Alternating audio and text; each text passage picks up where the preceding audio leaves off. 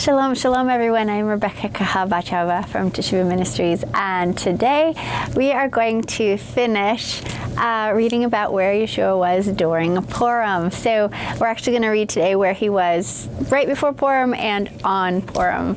Welcome to our Purim decor. This is kind of how my family and I experience Purim. We have create a banquet hall in our home, move furniture, yes, move a ton of furniture, and bring in a bunch of decorations that I've gathered over the years to create this look. And yeah, we have things to nosh on, and we have people over, and we remember the story of Queen Esther and Mordecai. And so we read the Megillah and we have a really good time. So tonight, before I take this down, I wanted to do this video just because it's cool. And I want to share it with you. Okay, so let's go ahead and get out your Chronological Gospels. This is Kayda. It's Kayrah. This is our little dog. She's very old, but she's very feisty and she needs a good grooming right now. I haven't spent time grooming her lately, but she thinks she's the queen. So she loves when this went up. This is like, for her, it was like, oh yeah, I remember what this is about. And she came right over and just sat right down and laid down, kind of owned the space and said, this is mine. I'm the queen, right? Okay, you gonna let me do this? Okay, go, come on, right here. Come on, lay down. Lay down, lay down. Good girl, stay. All right. I decided to just share with you this right here. We got in Jerusalem at the Jaffa Gate. Yeah, super cool. It's heavy, and so I don't know what it's made of, but it's kind of cool. Yep, and nice little sippy glasses. I don't know what these are called. Little small wine glasses, but yeah, it's a nice little set that we got in Jerusalem. We hauled it all the way back. All right, let's find our place. Oh, and remember, this is the Chronological Gospels that I'm reading from, as I always do in this series, the acceptable year of the Lord, the Messiah's 70-week ministry. So this puts his ministry in chronological order instead of reading like Matthew and then hearing things kind of duplicated in Luke and not sure where it all kind of fits together. This helps fit it all together. It's super awesome. So it reads more like a story. So definitely go get that. I have the link below, okay? So you can read along with me, right? And so you can have what I have. That'll help you. Yeah. All right, let's see where we are. Okay, to just pick up where we were last time, we are starting at event 148. Miriam and Martha send emissaries to Yeshua, but Yeshua actually stalls for 2 days until Lazarus is actually buried. So you know the story. You remember this. So let's just read what's happened. So remember, this is like right before Purim, 2 days before Purim. John 11, 1-6 or 16. So John 11, 1-16. In the town of Bethany, Lazarus, the brother of Miriam and Martha, lay sick. Now, if you remember, he really loves Lazarus and Miriam and Martha. He loves this family. He hangs out with them all the time. So this is like extended family for him. Okay, so John 11:2 says, "This is the same Miriam who anoints Yeshua with ointment and wipes his feet with her hair just before crucifixion." So that sentence is in parentheses. The explanation, or let's look at the commentary down below. It says, "This is one of many examples where scribes added their explanatory notes into the biographical record of John.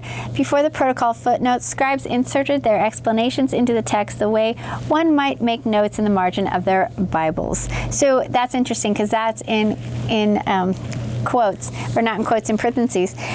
And interesting that when we named our daughter Maggie, her full name is Magdalene, and I named her after this lady because the study I had done at the time when we were looking for a name for our daughter, I looked at this and I wanted to make sure that the Miriam that was the sister of Lazarus and Martha was the same Miriam that anointed his feet. Definitely, Miriam was the sister of Martha and Lazarus, whom Yeshua loved to hang out with, this family, didn't he? All right, this is cool. I love that. I love the fact I named my daughter after somebody who was just so passionate about him. So cool. And that he actually chose to reveal himself after he resurrected to her first. So amazing. And then he said, and remember later he says when she actually does this, when she washes his feet with the ointment, or his head with ointment and everything, he said that her story must be told every time the gospel is told. Pretty cool. All right, let's go on. So then John 11:3. So let's see. So Lazarus lay sick. So his sisters sent for Yeshua. So Miriam and Martha sent for Yeshua, saying, Master, behold, he whom you love is sick. When Yeshua heard that, he said, the sickness is not to death, but for the glory of Yehovah, that the Son of Yehovah might be glorified through it. So, okay, now he's not going to die. So they probably were comforted with that. Now Yeshua loved Martha and her sister and Lazarus. Yet when he heard that he was sick, he still abode 2 days in the same place where he was. Isn't that interesting? So he loved them. He loved Lazarus, but he delayed 2 days. So he could have gone and actually healed him right away, and so that Lazarus would not have died, right? But there's actually a really cool video that I'll try to link here from Ali, who is my partner in ministry now. She is new to the channel, and you're going to get to see her a lot. She gives some insights here, and I'm just going to relate what she was saying. But let me read the rest of it here, and then I will relate, okay? Super cool. Let's see. So he delays anyway, even though he hears that Lazarus is sick. So John 11:7 says, Then he said to his disciples, let us go back into Judea. His disciples said to him, Master, the religious leaders sought to stone you the last time you were in Jerusalem. Are you going to go back again? Yeshua answered, Are there not 12 hours in a day? If any man walk in the day, he does not stumble because he sees the light of the world. That's an interesting thing. Are there not 12 hours in the day, as in daylight? All right. If any man walk in the day, he does not stumble because he sees the light of the world, of this world. So he's saying 12 hours is light. He's not talking about 12 hours of darkness. Right. Then he said, our friend Lazarus sleeps. So then he says, our friend Lazarus sleeps, but I'm going to wake him out of his sleep. The disciples said, Master, if he's sleeping, he's doing better. So that's funny, because they're like, if he's finally fallen asleep, then he's fine, then he's getting better. But Yeshua clarifies, here's in quotes again from the scribes, however, Yeshua was referring to his recent death, but they thought he was speaking about resting in sleep. So there, right there, people, is a teaching from Yeshua, our rabbi, on the state of the dead, as in, what are you doing when you die? He's very clear here that he's sleeping, that Lazarus is sleeping. He hasn't gone anywhere. When he died, he didn't go anywhere. He just went to sleep. Okay, so John 11:14. Then Yeshua said to them plainly, Lazarus is dead. I am glad for your sakes that I was not there, so that you may believe. So let us go. Interesting. So if he had been there and he had healed Lazarus, then yeah, he'd been healing people already. But there's something huge about this moment, that he wanted to teach his disciples something, right? And if he had been there right away and hadn't delayed, then Lazarus would still be awake. So here's the thing. I'm going to relate what Ali was talking about. She's saying that at that time in history, how they determined whether you were dead or not was if you had been dead for 3 days and 3 nights. You had to be dead for 3 days and 3 nights. So basically, if you hadn't been in the grave that long, then maybe you could still be alive, right? Today, like Ali said, we have ways of checking that. So doctor will check, heartbeat and if there's any breath or any brain activity, that sort of thing.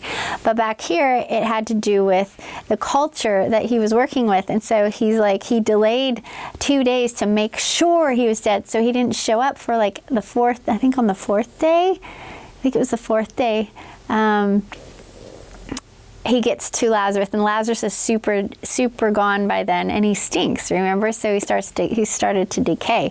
So that is super important, because had Yeshua come prior, and had he raised him from the dead on day 1, day 2, or day 3, then everybody might have said, well, he actually wasn't dead anyway. So he made sure that Lazarus was completely dead before he got there to raise him back to life. So no one could say, yeah, well, I'm not so sure that you actually did that. So that no one could argue. He actually did raise Lazarus from the dead. There's like so much in here to unpack, right? Like there's state of the dead, what happens when you die. Yeshua teaches on that basically to his disciples, saying, yeah, he hasn't gone anywhere. He's dead, yes, but he's asleep.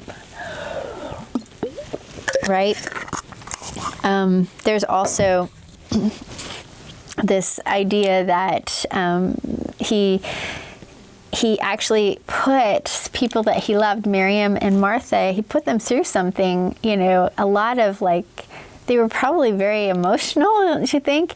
And probably very, very frustrated that Yeshua didn't come and heal their brother when he was alive. And so they were trying to process all this, so he actually had to pull back in order to make this point and do this thing the way that he needed to do it so that he would be revealed as the Messiah. He had to put them through that. That's totally crazy. So when we go through things, sometimes we've got to pull back and say, okay, wait a minute, maybe the plan is bigger than me. Maybe my emotional health right now isn't the primary, thing on his mind. Maybe he's got something much bigger going on that I just need to be patient and wait and watch. So there's a lot going on in here that is pretty cool. But let's keep on reading. Okay, so this is right before Purim. All right, so John 11:16, just that very last verse there. Then Thomas said to his fellow disciples, let us go and die with him then. He's so pessimistic. He's so pessimistic. He's like, fine, Lazarus is dead, maybe we'll just die with him. Yeshua's going to Jerusalem, and they're going to kill him, then I'll die with him. Okay, so let's go on to event 149, and this is actually the day of Purim. Okay, so Yeshua is going to raise Lazarus from the dead here. John 11:17, when Yeshua came, he found that Lazarus had already lain in the grave for 4 days. Yes, 4 days. So remember, 4 days, that means that everyone in that culture would have known he's totally dead. He is dead. There's no question about it. He's dead. They've already done all the checks. He's dead. So this was going to be a big deal. So John 11:18. Now Bethany was about 15 stadion, 1 3/4 miles from nearby Jerusalem. And many of the Purim and leaders came to Martha and Miriam to comfort them concerning their brother. Then Martha, as soon as she heard that Yeshua was coming, went out to meet him, but Miriam sat in the house. Ooh, her feelings were so hurt. So isn't that super interesting that the scripture shares that little detail with us? It's kind of like she's pouting and very, very hurt. Isn't that super interesting that the scripture shares that little detail with us? That Miriam was she stayed in the house. She didn't go out to greet Yeshua. She was mad. She was hurt. She was emotional. And she knew that if she had been there, he would have healed her. So let's go on. I think she says that. Here we go. John 11:21 says, Martha said to Yeshua, Master, if you had been here, my brother would not have died. But I know that even now, whatever you ask of Jehovah, he will give it to you. So, man, she knew that he could heal him, but she also had this faith that, hey, anything is possible. I find that pretty cool, that she had that much faith. Yeshua said to her, your brother shall rise again. Martha replied, I know that he shall rise again in the resurrection at the last day. Yeshua said to her, I am the resurrection and the life. He that believes in me, though he is dead, yet he shall live. Whoever lives and believes in me shall never die. Do you believe this? And she said to him, Yes, Master, I believe that you are the Messiah, the Son of Elohim, the prophet which should come into the world. When she said this, she went on her way and called Miriam, her sister, secretly, saying, The Master has returned and he is asking for you. As soon as she heard, she arose quickly and came to him. So maybe Miriam didn't know that the Master had been there. I don't know. Maybe she would have come and maybe she wasn't, sore at him. But let's look at this for a second. There's a few things in here to just point out. I know that he shall rise again in the resurrection at the last day. So here we see, it was super clear back then. The people of this day, they were super clear about what happens to you when you die. Obviously, she didn't think he was somewhere else. She knew he was sleeping. She knew that he would be resurrected at the last day. When we go to sleep in death, so when we die, if we go somewhere, then what's the need for the resurrection? Because we're already somewhere else. So I love this as confirmation that we get our reward at resurrection, not at death. So at death, you go to sleep, you wait. And so she's saying, yeah, I know in the last day he'll be resurrected, of course. But interesting that Yeshua continues, I am the resurrection and the life. He that believes in me, though he is dead, yet he shall live. So it's interesting here that Queen Esther fasted for 3 days and 3 nights. And fasting is a form of death in the way it says, I'm willing to die for an answer. So I'm fasting to get an answer. I'm willing to die for that. And then I love how Purim and that time of 3 days and 3 nights is symbolic of Yeshua in the grave for 3 days and 3 nights. And if you look at Queen Esther, on the 3rd day, she rises up and dons on her royal robes, right? And she gets perfected to go meet the king. And Yeshua, the same thing. I had this underscored by my colleague, Ali, who you're going to see more of here in the channel. But underscored here that Yeshua gets up on the 3rd day and he puts on his royal robes and he goes and presents himself before the king. And it's interesting that he's talking about resurrection right here because that's the symbolism in what happened in Purim with Queen Esther, who the golden scepter was held out to, so she got to live. And Yeshua, who goes before the Father, and his sacrifice is accepted, and this golden scepter is held out to Yeshua by Yehovah. It's so interesting here that he's talking about resurrection. He's the resurrection and the life. So those that, Yehovah says that he prepared bread for us to eat, and the bread is the bread of life, Yeshua. And unleavened bread, which is when he was in the grave, is all about eating of Yeshua. So in order to come up with him and resurrect with him at the end of that week, if you want to say it that way, we have to eat of him. We have to go through that, death, and then raised to life with him. So we practice all this stuff during the feast. I just love the feast because they're so symbolic, they're so beautiful, there's so much to them that we can learn. But let's continue on here or my voice is going to completely go. It's cool though, and two, one of the other things I want to point out is that Martha is the one that says, yes, you are the Messiah, you are the Son of Elohim, the prophet that Moses spoke of is what she's saying, the prophet. Everybody knew back then when you said the prophet, they were speaking of the prophet that Moses spoke of back at when Israel was in the wilderness, right? And that Yehovah said we must Shema, right? Okay. So Miriam is on her way to see Yeshua. We're at John 11:30. Remember, we're still on the day of Purim. Now Yeshua had not yet come into town, but remained in the place where Martha had met him. Okay, so let's continue on John 11:30. Now Yeshua had not come into town, but remained in the place where Martha had met him. The mourners that were with her in the house comforting her followed Miriam when they saw her rise up hastily and leave. They thought, she goes to the grave to weep. When Miriam came to where Yeshua was, she fell down at his feet and cried, Master, if you had been here, my brother would not have died. When Yeshua saw her weeping and the mourners which came with her also weeping, he groaned in his spirit and was troubled. Yeshua said, Where have you laid him? They said to him, Master, come and see. And then the shortest text in all the scriptures, Yeshua wept. Then the mourners said, behold, how he loved him. So the mourners realized how much Yeshua loved him. And it's interesting to me that Yeshua cried or mourned because he knew he was going to raise him from the dead, but I bet there's just the bigger picture that he was mourning, that death is even in the world at all. Some of the mourners said, could not this man which opened the eyes of the blind have caused that even this man should not have died? Yeshua, again groaning in himself, approached the grave, which was a cave with a stone laying over the entrance. Interesting, huh? Yeshua said, remove the stone. Martha said, Master, by this time he stinketh. He has been dead for 4 days. So she's like, no, don't open it. Yeshua said to her, did I not say to you that if you would believe, you should see the glory of Yeshua?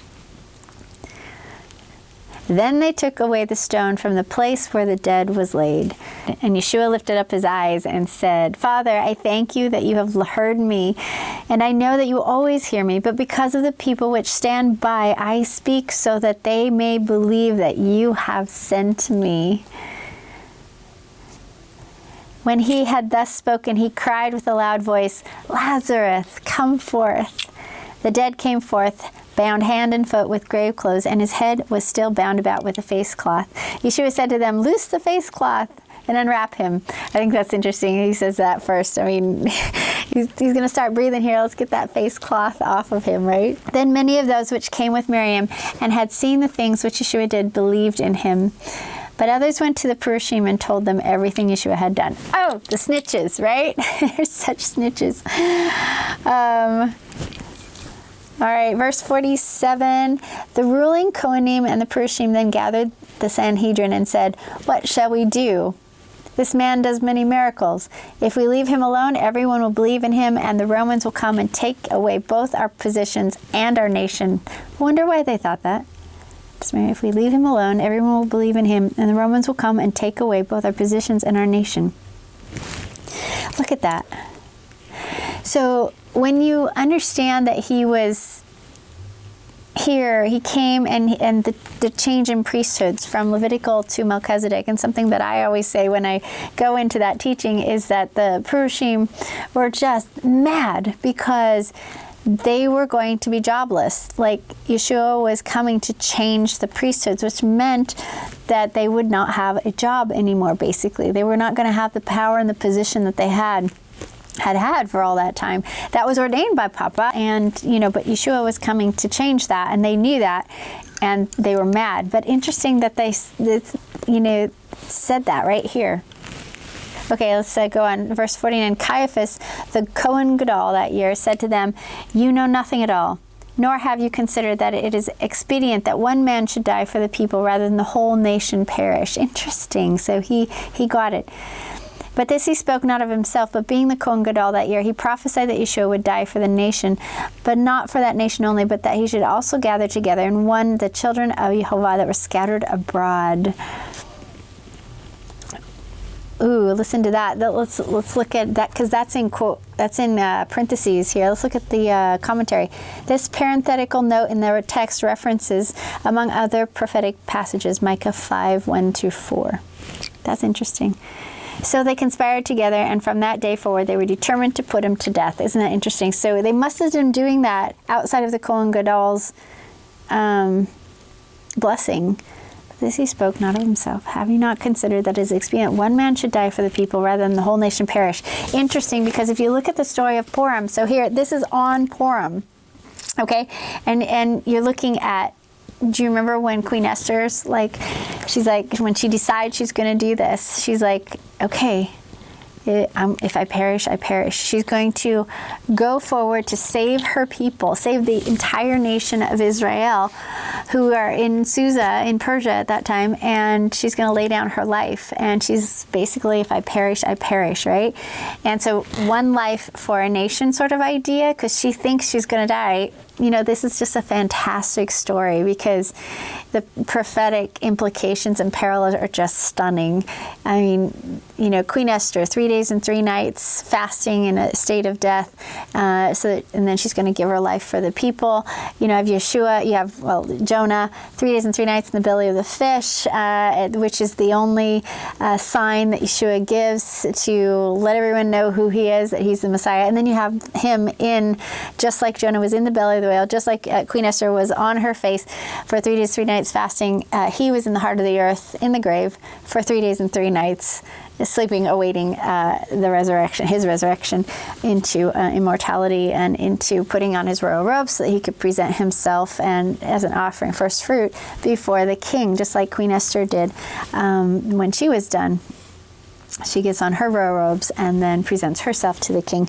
But look at this. On Purim, it's talking about, nor have you considered that it is expedient for one man should die for the people rather than the whole nation perish. Wow. So that year, that Kohen Gadol prophesied that Yeshua would die for the nation, but not for only that nation, but he should also gather in one the children of Yahweh that were scattered abroad. So not just for those who were in Jerusalem at that time, not just for Judah and Benjamin, but for the nation, the whole nation, the scattered. How cool is that, And the scattered, we are scattered. We can get grafted in. People can get grafted in to be part of this, to be part of the nation. Oh, that's so cool. But then, of course, they were not happy about it, and they wanted to kill him still. So there are just so many wonderful things about the story of Purim. And now we know what Yeshua was doing on Purim. So on the day of Purim, he raised Lazarus from the dead. How cool is that? It's the day, when you look at Purim and the story of Purim, how Queen Esther, got up off her face after 3 days and 3 nights to,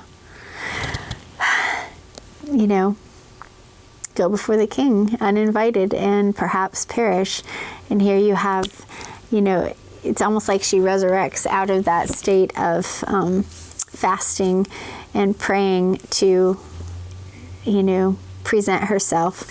And how Yeshua here in the story, what he does on Purim is he resurrects Lazarus from the dead, and he waits to make sure that he is fully dead and before he raises him from the dead, and then talks about the resurrection. How cool is that we can be, that we can die with Yeshua and come up and have new life in him and be resurrected in him.